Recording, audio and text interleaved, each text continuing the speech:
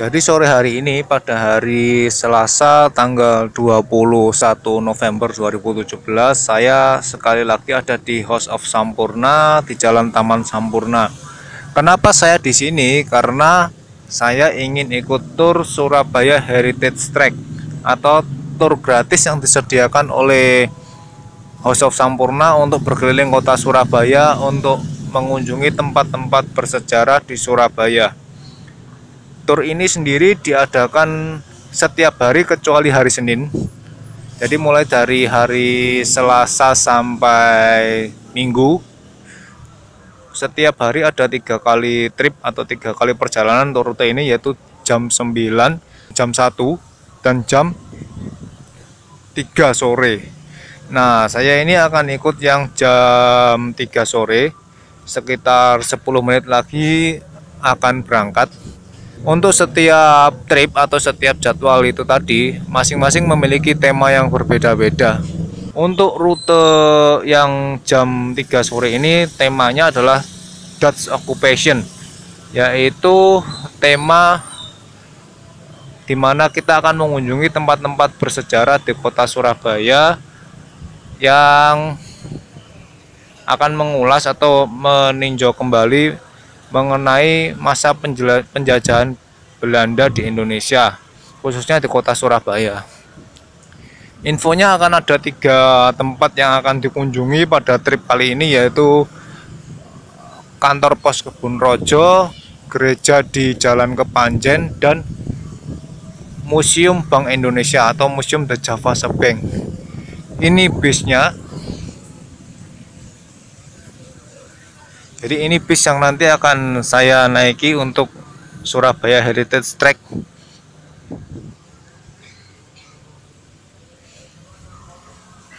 Bisnya warnanya mencolok sekali, merah terang, dan ada lukisan-lukisan bangunan-bangunan di kota Surabaya, serta ada tulisan Surabaya Heritage Track dan sparkling Surabaya di belakangnya.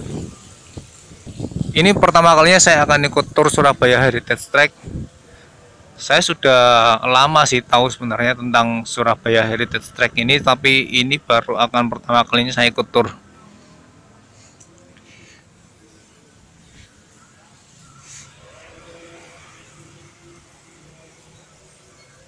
Jadi ini model bisnya dari depan.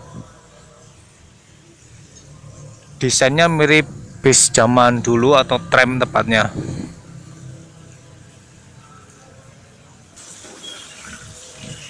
Ini bisnya.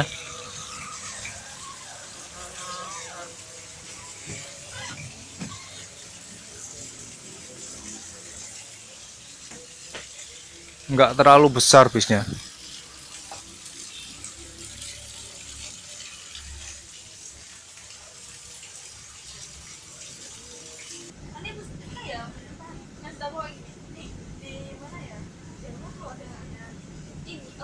Oke, halo selamat sore. Ya, lemes banget selamat sore. Sama aja ya sudahlah. Selamat datang di Surabaya Heritage Track. Sebelumnya perkenalkan dulu, nama saya Aji yang akan jadi tour guide Anda selama kurang lebih 1 jam ke depan. Dan hari ini di jam 3 sore kita akan membahas tema tentang heritage karena sesuai dengan nama bisnya. Yang akan saya ceritakan adalah Surabaya dan kolonialisme Belanda. Dan juga kita akan mampir ke 3 tempat. Pertama kita ke kantor pos Kebun Rojo, kedua kita akan ke gereja Kepanjen, ketiga kita akan ke Museum Bank Indonesia. Jadi kita akan 3 tempat yang saya sebutkan dan juga akan membahas tentang Surabaya dan kolonialisme Belanda. Jadi mohon juga untuk tidak makan dan minum dalam bis ya. Terima kasih. Dan segera kita bahas tentang Surabaya dan kolonialisme Belanda. Nah, mungkin kalau kita ngomong tentang kolonialisme Belanda, ada yang masih ingat Belanda pertama kali menginjakkan kakinya di tanah Jawa tahun berapa? 1592. Tahun berapa? Katanya berakhirnya tahun 1942 ketika Jepang masuk. Dan katanya lamanya selama 350 tahun. Jadi mulainya tahun berapa? 1592. Langsung beritahu pakai kalkulator. Berapa? Yang kenceng nggak denger. Dia takut salah. Jawabannya bukan 1592, salah. Karena yang benar tahun 1596. Dan jika Anda total bukan 350, salah. Yang benar hanya 346 tahun. Jadi selamat sudah dibohongi gurunya ketika sekolah 12 tahun. Gurunya bilang dengan 3,5 abad ya. Salah, yang benar cuma 346. Tapi dibulatkan jadi 350 karena biar lebih mudah untuk diingat dan karena memang Belanda masuk lagi dalam agresi militer 1 dan 2 tahun 1978 dan tahun 1977. Salah, 1948 dan 47, sorry. Nah itu ya, ketika agresi militer 1 dan 2 di Indonesia. Nah, selanjutnya dia juga 3 misi utama ketika datang ke Indonesia, yaitu 3G kenalnya, yaitu Gold, Glory, dan Gospel. Jadi 3 misi utama, yang dari 3 misi ini kita akan bermain ke 3 tempat tadi ya, mewakili 3 misinya. Dan di sini pun Anda juga bisa menemukan beberapa bangunan peninggalan kolonialisme Belanda. Yang pertama ada di sebelah kanan, warnanya krem, yang hari ini jadi hotel bernama Hotel Arcadia. Sebuah gedung yang dulu dikenal dengan nama Geoheri & Co, yang merupakan sebuah pabrik pengalengan makanan dan minuman. Begitu juga dengan bangunan sebelah kiri yang warnanya merah dan putih dikenal dengan nama Gedung Internasio de Rotterdam, yang merupakan sebuah gedung yang dulunya adalah bank dan juga perusahaan perdagangan dari Rotterdam. Anda bisa lihat Rotterdam, ada belakang namanya, ada Rotterdamnya. Dan sebelah kiri ada taman sejarah yang dulu disinilah tewas yang bernama AWS Malabi di Surabaya. AWS Malabi dari mana? Inggris. Dari Inggris. Nah, dan juga AWS Malabi ini tewasnya di dekat jembatan paling monumental di kota Surabaya di sebelah kiri yang bernama Jembatan. Jadi kenapa kah kok disebutnya Jembatan Merah? Karena catnya berwarna merah. Alasannya sangat sederhana. Karena memang pertama kali dibangun tahun 1809, warnanya sudah merah. Orang Belanda pun memanggil jembatannya dengan nama Rode Brug, yang Rode artinya adalah merah, red. Brug itu artinya jembatan atau bridge. Jadi itulah dalam bahasa Belanda sama saja artinya dengan hari ini, yaitu jembatan. Nah, bentar lagi Anda juga bisa melihat sebuah bangunan yang berdiri tahun 1850, ada di sebelah kanan, yang hari ini dikenal dengan nama Polrestabes Surabaya. Sebuah bangunan yang dulu berdiri tahun 1850 yang fungsinya sama terus sampai hari ini. Mulai dari zaman Belanda namanya Hoofdbureau van Politie, yang artinya adalah Biro Besar Kepolisian. Ketika zaman Jepang dikenal dengan nama Tokubetsu Keisatsutai, yang artinya pasukan polisi istimewa. Sekarang kita kenal dengan nama Polrestabes, yang kepanjangannya apa? Polisi Resort Kota Besar Surabaya. Itulah yang di dalamnya Anda bisa menemukan bunker yang punya terowongan bisa tembus ke penjara Kalisosok. Dan sebenarnya bunker di Surabaya itu ada 257. Yang 257 bunker ini dihubungkan lebih dari 400 terowongan yang ada di Surabaya saja, belum Indonesia, di Surabaya. Dan bayangkan itu adalah jumlah yang sudah ditemukan. Berarti ada yang belum temukan. Kalau rumahnya Surabaya, saya sarankan gedor tangan rumahnya. Siapa tahu ada bunker yang punya terowongan tembus ke rumah mantannya. Nah, begitu ya, harus ada. Dan setelah lagi kita akan tiba di tempat tujuan awal kita, yaitu adalah kantor pos Kebonprojo. Ada yang pernah ngirim surat cinta dari sini? Udah nggak musim ya? Waktu lahir udah nggak musim ya surat cinta ya? Kirim mantan. Ada di sebelah kanan. Oke, selamat datang di kantor pos Kebonprojo, sebuah kantor pos yang terhitung sebagai salah satu kantor pos salah satu kantor pos tertua di kota Surabaya, karena sudah jadi kantor pos sejak tahun 1926. Dan bahkan kalau Anda baca plakat di sini, bangunannya sudah ada dari tahun 1880, yang awalnya dulu merupakan sebuah rumah dari seorang wali kota, bukan, bupati lebih tepatnya. Lihat, sebuah rumah dulunya segede ini, bayangkan. Yang nanti pada tahun 1881 akhirnya bangunannya diserahkan untuk sebuah sekolah bernama HBS. Dalam bahasa Belanda, huruf G dibaca ke. Hoger, Burger School. Burger School. Ya? Kalau nggak salah sih, saya takutnya salah. Hoger Burger School. Sekolah untuk apa ini? Nggak ada sekolah buat bikin burger. SD. Bukan SD juga. Ini sekolah tingkat SMP dan SMA. Jadi 6 tahun pendidikannya. Nah, sebuah sekolah yang sangat elit sekali ketika zaman Belanda, karena yang boleh sekolah di sini hanya orang-orang kaya, terutama orang Eropa kayak saya dari Jerman. Amin. Amin. Di Jerman gentar maksudnya. Emang udah biasa ada dulu. Nah itu ya, dimana dulu ada sebuah sekolah paling elit, dan kalau pengen sekolah di sini pastikan Anda duitnya banyak. Kalau enggak keturunan Eropa baru bisa sekolah di sini. Tapi dulu masih ada juga beberapa bangsawan Jawa yang berhasil bersekolah di sini. Karena entah mereka ini punya duit ataupun juga karena mereka keturunan bangsawan. Salah satu pahlawan dan juga seorang bangsawan dulu pernah sekolah di sini. Beliau ini ketika lahir namanya Pusno Sosrodiharjo. Kenal nggak? Soekarno. Siapa? Tepat sekali, namanya Soekarno. Pusno. Ketika lahir namanya Pusno. Tapi waktu zaman dulu ketika dia lahir dia sering sakit-sakitan. Dan katanya orang Jawa, anak kecil yang sering sakit-sakitan itu istilahnya kabotan sedang atau keberatan nama. Akhirnya namanya digantilah dari Pusno menjadi Soekarno. Kenapa kok diganti dengan nama Soekarno? Karena ayahnya ini suka tokoh wayang bernama Karno. Pernah dengar Mahabharata? Nah, di Mahabharata. Dari Mahabharata ya, Anda bisa menemukan yang namanya Karno. Karno ini adalah kakak, sebenarnya kakak tertua dari Pandawa kalau Anda tahu sejarah. Nah, itu yang namanya sejarah ketika zaman dahulu nama Soekarno diambil dari kata Karno.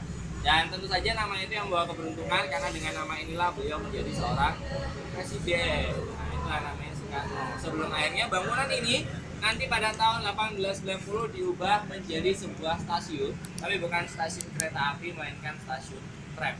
Yang dulu relnya ada di depan situ, tapi sekarang sudah nggak ada. Harusnya tahun 1970-an terakhir ada tram di kota Surabaya. Itulah sejarah dari bangunan yang ada ini sekarang sebelum tahun 1926 menjadi sebuah kantor pos. Tapi ini bukan kantor pos paling tua, karena Anda bisa menemukan yang paling tua di mana kantor pos? Nggak tahu. Nggak tahu. Nggak tahu. Sekarang jadi satu sama Covid off.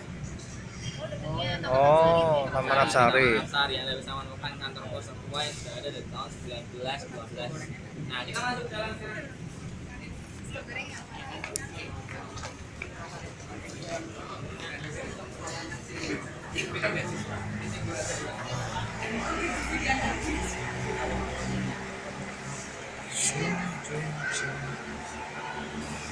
Oh.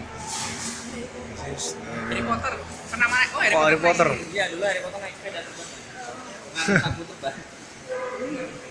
Oke, selamat datang di kantor pos Siporojo. Dalam interiornya seperti ini, Anda bisa lihat bahwa interior bangunan yang kita injak sekarang ini mirip dengan sebuah stasiun.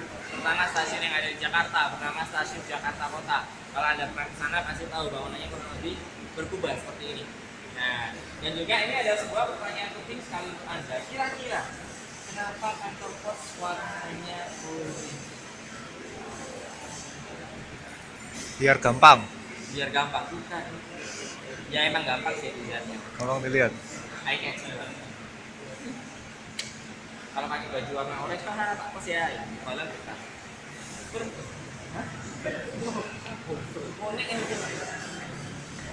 Jadi kenapa?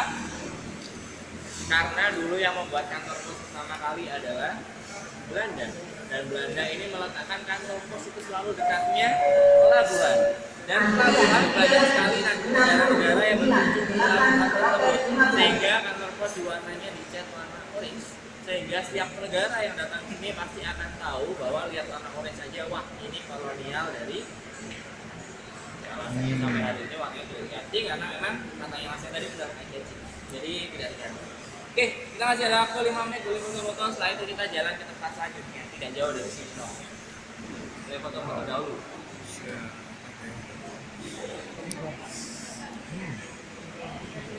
This is the kantor pos.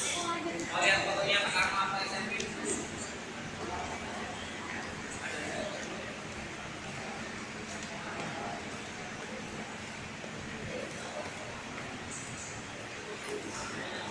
Oh.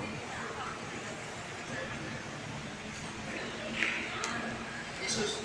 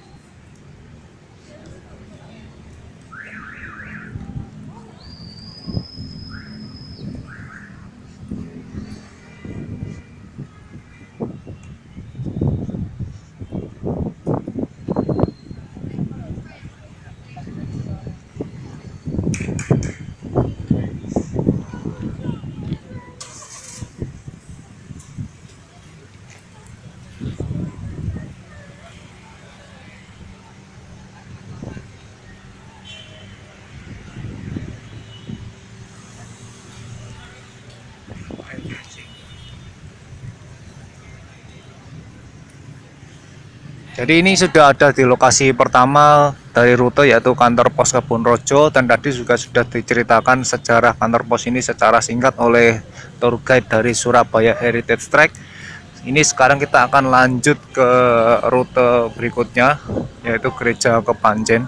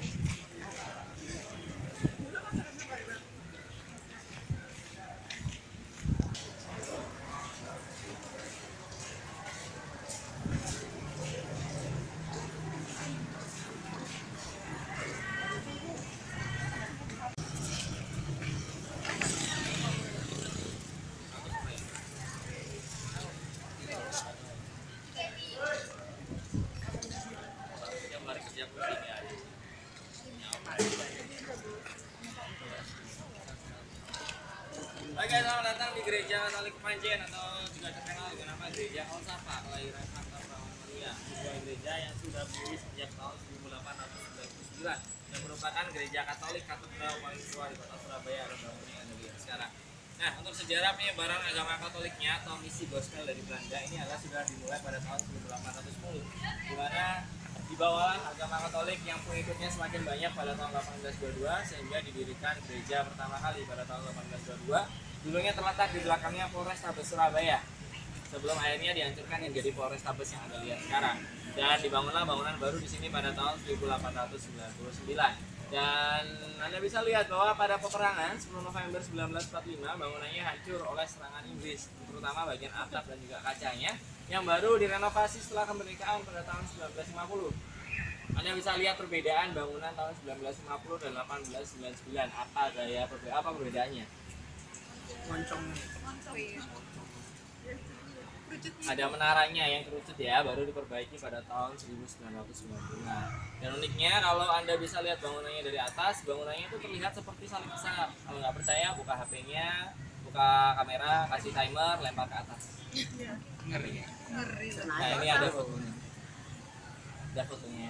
Oh iya. Bahwa kalau dilihat dari atas bentuknya kayak salib. Kita masuk ke dalam sekarang.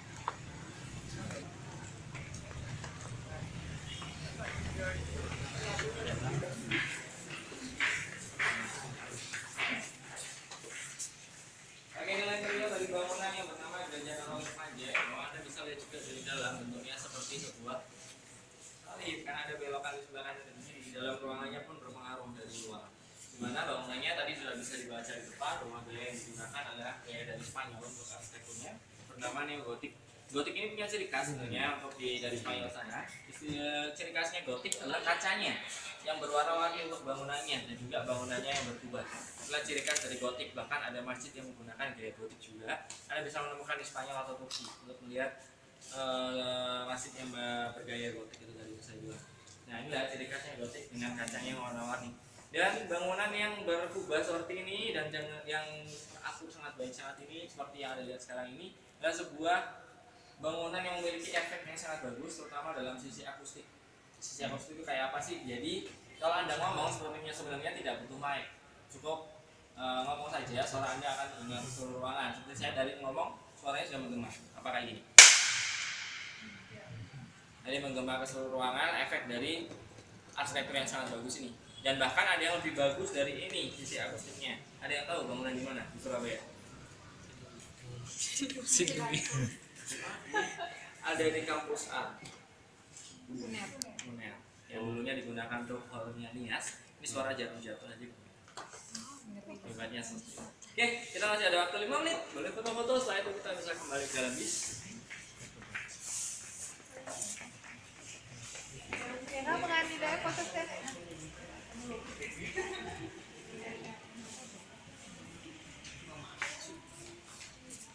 Foto di depan.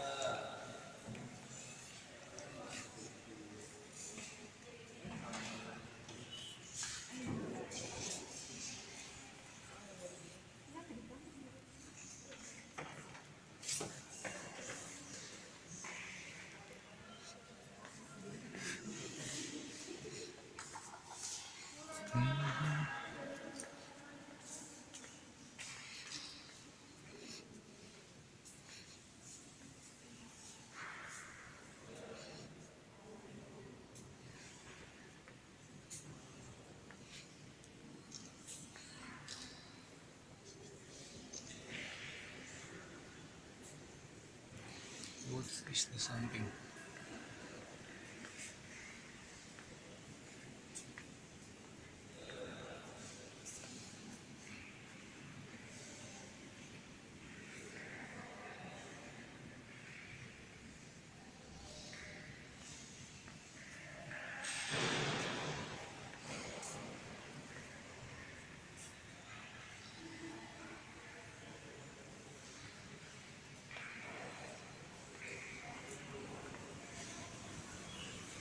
Jadi ini sekarang sedang di dalam area gereja Kepanjen di dekat sekolah SMA Katolik Frateran.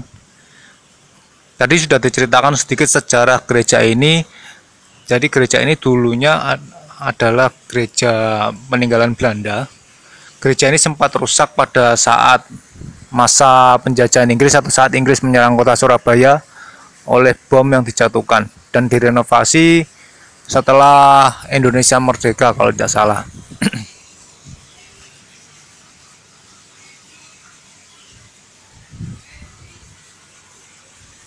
Gaya arsitekturnya menganut neogotik yang membuat suara bisa menggema dengan baik di dalam ruangan gereja. Jadi tidak terlalu membutuhkan sound system untuk bisa suara didengarkan dengan baik. Ini semacam tiruan Gua Maria.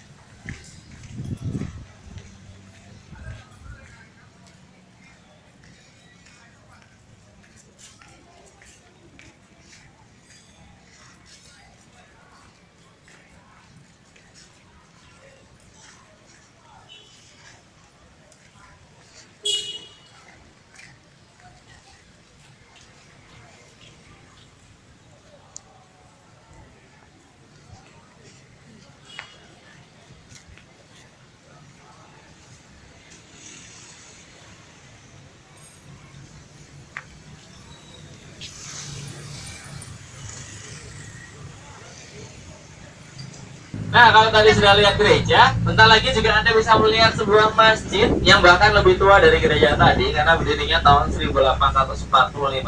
Selain itu, masjid ini juga memiliki nama yang sangat unik sekali. Namanya adalah salah. Namanya adalah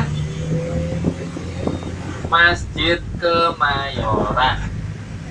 Jadi sangat unik. Karena biasanya kalau masjid kan namanya Arab gitu kan, Arab Ta'al Akbar, kawan-kawannya namanya Kemayoran. Kenapa kok namanya Kemayoran? Karena dulu masjidnya dibangun di tanah seorang mayor. Tapi Surabaya pertama kali ada 1829 di lahan yang sama sebelum akhirnya dibangun di bentuknya sekarang pada tahun 1910. Dalam sejarahnya, nama banknya dulu bernama Deyavase Bank sebenarnya, artinya Bank Jawa. Bank Jawa ini sebuah solusi dari pemerintahan Belanda karena dulu sebenarnya mata uangnya Belanda, apa namanya mata uang Belanda? Gulden, itu diimpor langsung dari Belanda sana. Dan karena diimpor melewati laut, karena waktu itu belum ada pesawat, banyak sekali perampokan yang terjadi di laut karena mereka bertemu Manti Luffy, Pero, siapa lagi? Kan ketemunya banyak laut. Jadi banyak mengalami kerugian di situ ya, sehingga mereka membuat solusi dengan cara membuat bank sendiri di Indonesia atau Hindia Belanda yang bernama Deyavase Bank sesuai dengan namanya karena memang pertama kali berada di Jawa pada tahun 1828 di Batavia. Dalam sejarahnya nanti tanggal 1 Juli 1953 diresmikan dengan nama baru dan juga bank baru yang bernama Bank Indonesia. Inilah Bank Indonesia di Surabaya dari 53 sampai 73 sebelum akhirnya dipindahkan di depannya kantor pos. Kalau tadi lihat bangunan besar depan kantor pos itu Bank Indonesia yang baru dari 73 sampai hari ini. Dan karena ini bangunan cukup tua, Anda masih bisa melihat beberapa sistem maupun cara manajemen yang cukup lama. Contohnya ini ada brankas pintunya. Ini brankas ya BTW, ini bukan ruangan macam-macam tapi brankas. Sebuah brankas yang dulu material bangunannya itu diimpor. Contohnya pintu ini aja diimpor. Coba tarik, Mbak. Mana ini? Iya. Masa digini? Narik ini dorong namanya. Tarik. Terus kamu pasti bisa. Mbak di dalam aja, Mbak. Bisa. Ya masih aja udah ditarik. Kamu lemah sekali sih, ya ini aja. Anda bisa menemukan mereknya di atas. Namanya apa mereknya? Flip, artinya apa? Salah bahasa Belanda. Nggak tahu artinya apa? Salah sih itu bahasa Belanda. Lipen. Lipen itu bibir. Yang orang Jawa bilangnya lipen itu lipstick kan ya. Kalau bahasa Belanda lipstick. Piramid tetap di Belanda. Nah ini ya, dua pintu yang ini sebenarnya menyusahkan. Sekali ini adalah pintu rumah Anda. Coba diketok pintunya. Enggak, diketok pintunya. Ada yang di dalam nggak bakal kedengeran karena nggak ada suaranya, gitu kan? Ini sangat tebal. Inilah salah satu sistem cukup tua yang Philips ini pabriknya di Belanda sana sampai hari ini juga masih aktif sebagai pemproduksi dari pintu brankas maupun aneh-aneh tak lucu. Nah, dan juga ada sebuah sistem yang cukup unik yang orang sini kenalnya dengan nama CCTV dari 100 tahun lalu tanpa kamera. Terus saya minta satu sukarelawan yang masuk. Yang merasa paling cantik aja. Masa dua? Siapa saja terserah. Bes, gak apa-apa, gak paling cantik, yang paling ganteng itu ada. Itu dulu yang ada. Dan anjir udah keturunan. Lurus, ikutin jalannya, jangan sentuh apapun tapi ya nanti suruh panggil. Lihat-lihatnya dari sini. Nah, sudah kelihatan mbaknya dari sini. Saking besarnya mbaknya udah kelihatan. Nah, bener ya kalau ada maling emang tutup aja pintunya supaya nanti Anda bisa melapor polisi dan nanti polisi akan menangkap mbaknya dimasukkan ke penjara. Nah, kira-kira kenapa kok lorong ini dikasih kaca cermin seperti ini yang fungsinya seperti CCTV atau pengawas? Karena di dalamnya itu ada brankas kecil, yang brankas kecil ini untuk menyimpan berlian. Jadi ini adalah lorong CCTV zaman dulu yang ada di Museum Deyavase Bank. Jika kita masuk lorong ini di ujung-ujungnya ada satu cermin atau kaca besar yang akan memantulkan bayangan orang yang berada di lorong ini ke sisi-sisi yang lain. Jadi kacanya diatur dengan sedemikian rupa supaya bayangan kita akan selalu memantul, atau bayangan orang yang berada di lorong ini akan selalu memantul ke sana dan bisa ketahuan. Dan di ujung setiap lorong ada pintu atau pagar besi yang akan bisa digunakan untuk mengunci orang yang berada di dalam lorong ini sehingga tidak bisa keluar dan kemudian bisa dibawa atau dilaporkan ke polisi. Jadi inilah CCTV zaman dulu. Ini ada di setiap sisi di belakang brankas-brankas lama The Java Bank atau Bank Indonesia.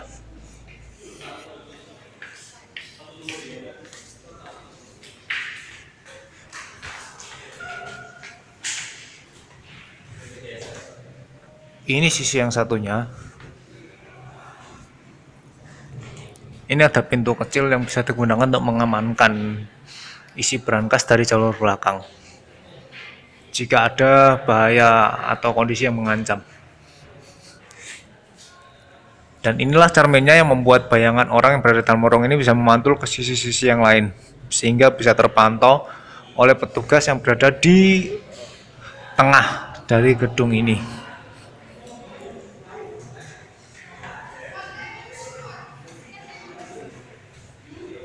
Ya, itulah tadi CCTV zaman dulu, CCTV tanpa kamera yang ada di Museum The Java Bank atau Museum Bank Indonesia.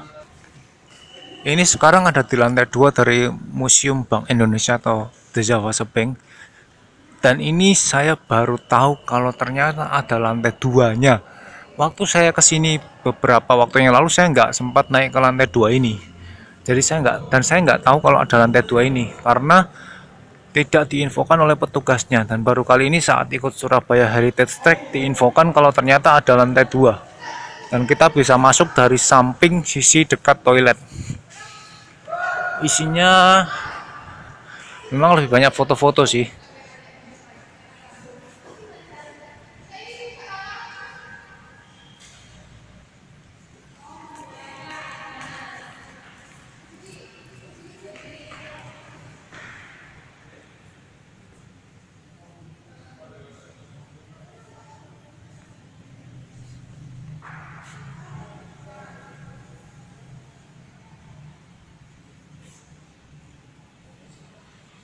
Itu lantai 2 ini lebih seperti hall-nya gitu ya.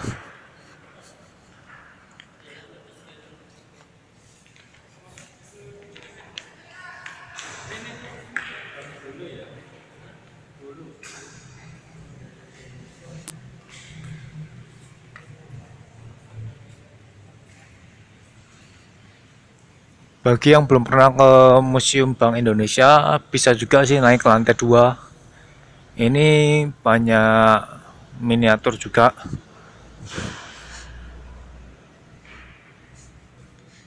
Ini miniatur gedung The Java Bank yang sekarang.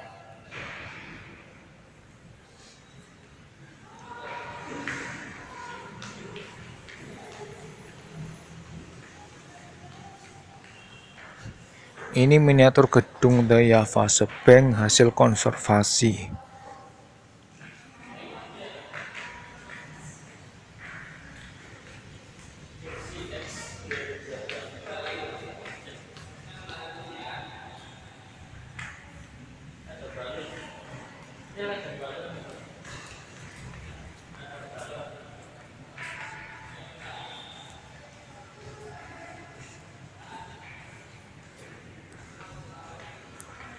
Masih ada lantai atas juga sepertinya, tapi saya nggak ke sana.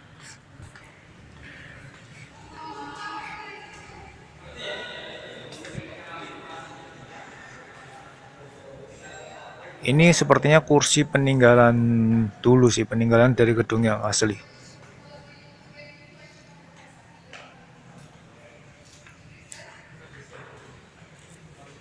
Ini kalau melihat bentuknya sepertinya ruang penyimpanan.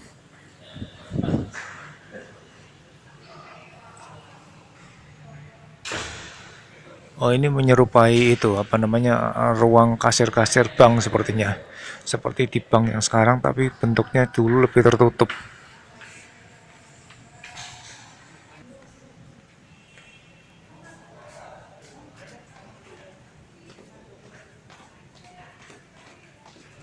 Bulan ini kita memperingati Hari Pahlawan. Di tiap hari Selasa, Rabu, Kamis jam 9 kita ada tema khusus. Temanya adalah Rakyat Bersatu. Ini adalah sebuah tema yang akan membahas tentang rakyat-rakyat yang bersatu menjadi sebuah laskar yang ikut berperan dalam perang 10 November di kota Surabaya. Kalau Anda pengen tahu ceritanya seperti apa, ikutlah besok di hari Selasa, Rabu, Kamis jam 9 pagi. Hanya sampai tanggal 30 November saja, karena setelah itu sudah berakhir tema khususnya. Mungkin ada tema selanjutnya, saya kurang tahu juga seperti apa. Kalau Anda pengen ikut, silakan ya di hari Selasa, Rabu, Kamis jam 9 pagi untuk ikut tema khususnya. Oke, dan kita hari ini juga masih ada museum yang buka sampai jam 7 malam. Di lantai 2 museumnya ada museum shop juga. Kalau Anda mau beli souvenir di sana, silakan. Sebelah kanan ada ruang pameran yang sedang ada pameran bertema Bhinneka 1. Sebelah kiri masih tutup art galerinya. Art galerinya akan dibuka besok tanggal 24, jadi 3 hari lagi untuk dibukanya. Ada pengen art galerinya, tunggu selanjutnya. Temanya apa kemarin? Mimikri Kriya atau apa? Dari Unesa kameranya besok tanggal 24.